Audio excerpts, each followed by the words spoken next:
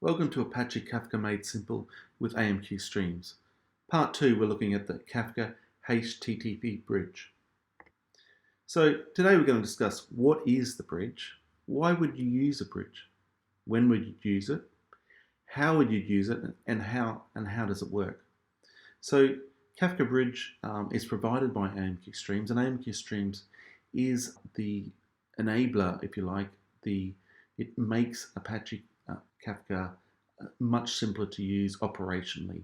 It can install, it can upgrade, it can repetition, it can fine-tune, and it does this on top of the OpenShift platform. So what is the AMQ Streams Apache Kafka Bridge? Well, it provides an API for HTTP-based clients with a Kafka cluster.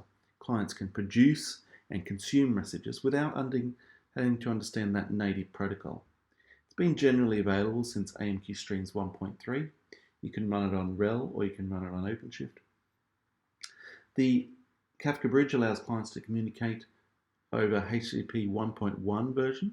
It is possible to have a mixture of both HTTP clients and native protocol clients in the same cluster. That's quite common when you have a sort of mobile device or embedded device sending data or through HTTP to that Apache Kafka cluster in the cloud, and then you might have your back-end applications working with the native protocol. The simple operations: you can send messages, you can subscribe to topics, you can receive messages, you can commit to offsets, you can seek positions, and these are all done over HTTP methods with JSON using get, post, and delete type methods.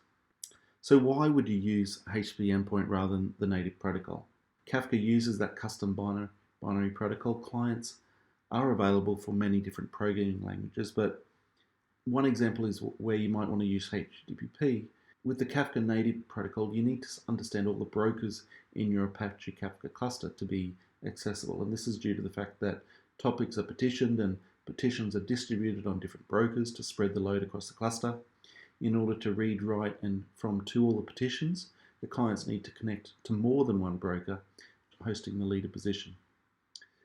So you can also imagine a security scenario where you don't want to expose all those internal endpoints for your Kafka broker, and having a single endpoint as a way to work with your Apache Kafka infrastructure is much better, and you're reducing your attack surface.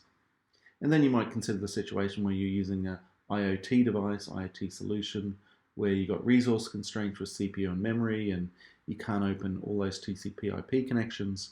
Using HTTP, you won't have to do that. With the native protocol, you always need that always-on connection, which HTTP, when you got network availability that's not always on, you might be sending a message, closing it, etc. Finally, pretty much every little device now has that HTTP sort of library. It's much simpler to work with, whatever programming language, than it is, say, to incorporate a Kafka native library into your code. So how does it work? Well, the bridge allows that production and consumption of messages in JSON and binary formats, and I recommend there's a good blog article there to go and visit. So as a first step, you would create a consumer instance. You would then subscribe to the topic. You'd poll for messages, commit the messages, and then you close the consumer. The consumers are stateful, so you do have to create that consumer and then start consuming. Producers are fairly much straightforward. You post to a /topic name. You have to get your content headers right and your payload right, but it's fairly simple, and we'll see that in the demo coming up. So when would you use it?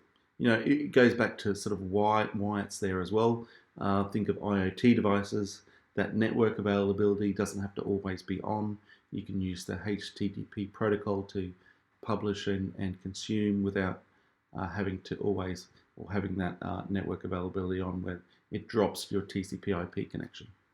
It's a fairly simple client implementation, so fairly easy to use. You could work with JavaScript front ends, and you can use your JSON, which you might be already as part of your client producing and consuming, so it becomes easier to manage. So let's see AMQ Streams Apache Kafka HTTP bridge in action. So I wanted to show you briefly of how you would set up the Kafka bridge via the AMQ Streams Operator. I've logged into OpenShift. I've looked at my project, and now it's easily a simple button. Click Create the Kafka bridge. I'm going to set cores, so allows me to access it from web browsers as well. So there's a few parameters that you can change when you set this up, and you can set this up in YAML or in this form view that you see here. And that Kafka bridge will be created. It'll become a pod running there, and I'll need to now create a topic so I can sort of use my Kafka bridge and send information to that topic. So as well as I've created the service, but I haven't exposed it externally, so I'm going to create a route which is exposing the Kafka HTTP bridge externally to the cluster, and that's how I'm going to work with it in the next section. So now I've got my Kafka bridge ready. Within OpenShift, I've got my route. I've exposed it externally. Now I'm going to start to work with it with my Postman here, but you could use any other sort of a HTTP client if you like. So I'm just going to show you the URLs, how you would check with and work with it. So here I'm going to just check that it's healthy, and yes, it's a status 200 OK, so it should be all good to go. I'm now going to send a few messages into / to my topic. So let me just put some examples. Send a G and an F101. No, sorry, an order and a K. And so now we've sent the producer that topic will now have sort of 3 messages. I'm now going to get my consumer ready and to subscribe to it. First, I'm going to create the group that it's subscribed. So I'm going to /consumer/ my group. Send it this format. I'm giving it a name, and that will be unique to this consumer, called my consumer. You cannot create more than one consumer. So if it's a valid request, you'll get a base URI. Now that base URI will be used for my subsequent requests. So got that base URI, and I'm going to now subscribe to my actual topic. I'm doing that by putting it in the JSON payload. The most thing you have to pay attention to here is content type to make sure it's correct and matching what the Kafka bridge wants. If it's all good, you should get a status 204, no content. So that's fine. I'm now going to consume from that topic and see. So under that, I'm going to go consumer, my group, instances, my consumer, which is the name / records. Within the body, I don't have anything in the body. It's a simple get.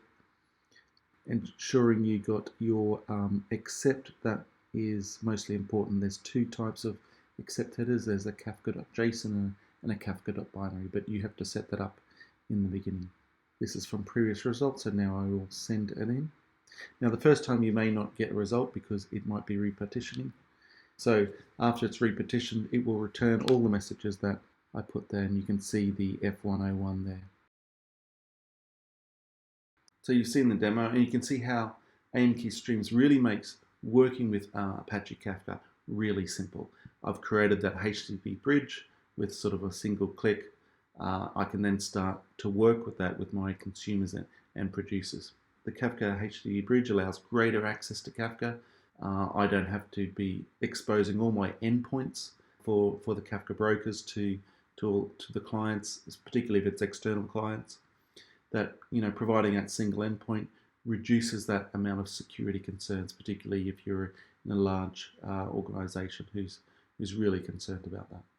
And then you can still offer your event-driven type integration points to your external clients without sacrificing that security.